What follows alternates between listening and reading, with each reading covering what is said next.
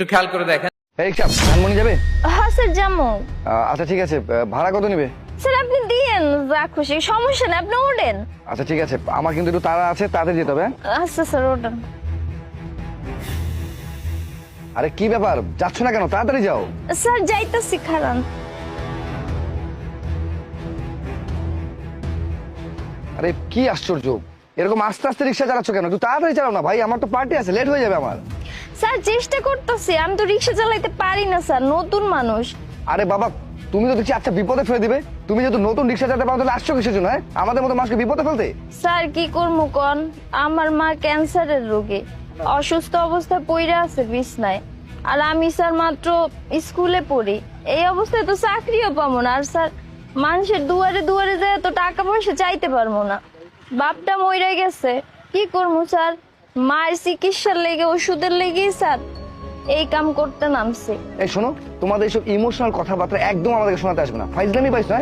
রিক্সা চালাতে পারো তো আসছো কিসের জন্য রিক্সা চালাতে? চত্ব সব, তাড়াতাড়ি যাও। না একিতে হবে না। এই এই এই দাঁড়াও দাঁড়াও দাঁড়াও দাঁড়াও দাঁড়াও দাঁড়াও দাঁড়াও দাঁড়াও। বাবা রে বাবা, এই মেয়ে কি সমস্যা তোমার? সমস্যা কি তোমার? রিক্সা যখন চালাতে পারো না, রিক্সা রাস্তার মধ্যে নামছো কিসের জন্য?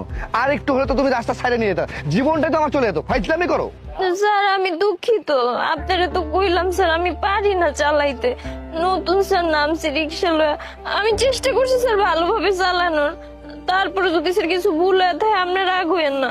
এই মেয়ে একদম একদম কোনো বাহানা করার চেষ্টা করবে না। তোমাদের সব নাটক খুব ভালো মতো জানি। ফাইজলামি করা রিক্সা চালিয়ে আসছে, আর একটু হলে তোমার জীবন নিয়ে টানটানি হয়ে যেত। হ্যাঁ, আমি যাচ্ছিলাম টাইম মতো একটা পার্টি অ্যাটেন্ড করতে, সেটা পর্যন্ত পারলাম না তোমার জন্য। ফালতু কোথাকার।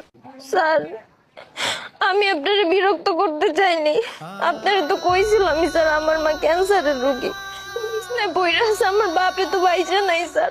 আর এই যে রিক্সাটা লয় স্যার নতুন নামছে, আমি এই কাম জীবনেও করিনি, করতে পারি না।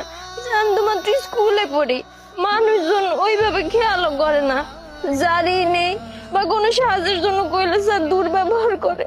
আমার এই দুনিয়াতে আমার মা ছাড়া কেউ নেই, আমার মা ডারে বাচ্চানা লেগেই স্যার আমি এই পথ বাইছে হয়েছি। আরে তুমি কান্না করছো কেন? আমি কি তোমাকে ভুল কিছু বলেছি? মানে আমার কথা কি তুমি কষ্ট পেয়েছো? না না স্যার সমস্যা নাই, আমরা তো গরিব মানুষ, আমাকে লাগে সবাই এরকম ব্যবহার করে, আমাকে অভ্যাস আছে স্যার। আসলে বোন, তুমি কিছু মনে করো না, আমি আমি বলতে চাইনি। আমার আমার আমার যে পার্টিটা ছিল সেটা তো আমি সঠিক সময় অ্যাটেন্ড করতে পারবো না। আর তুমি যেভাবে রিক্সা চালাচ্ছিলে তাতে আমার জীবন নিয়ে আমি আতঙ্কের মধ্যে ছিলাম। এই জন্য হয়তো আমার মাথাটা ঠিক ছিল না, আমি তোমাকে বকে দিয়েছি। তুমি বোন কিছু মনে করো, প্লিজ আমাকে মাফ করে দাও। স্যার আপনি কি কইতাছেন এগুলো? আপনি কেন আমার কাছে মাপ চাইতেছেন? আমি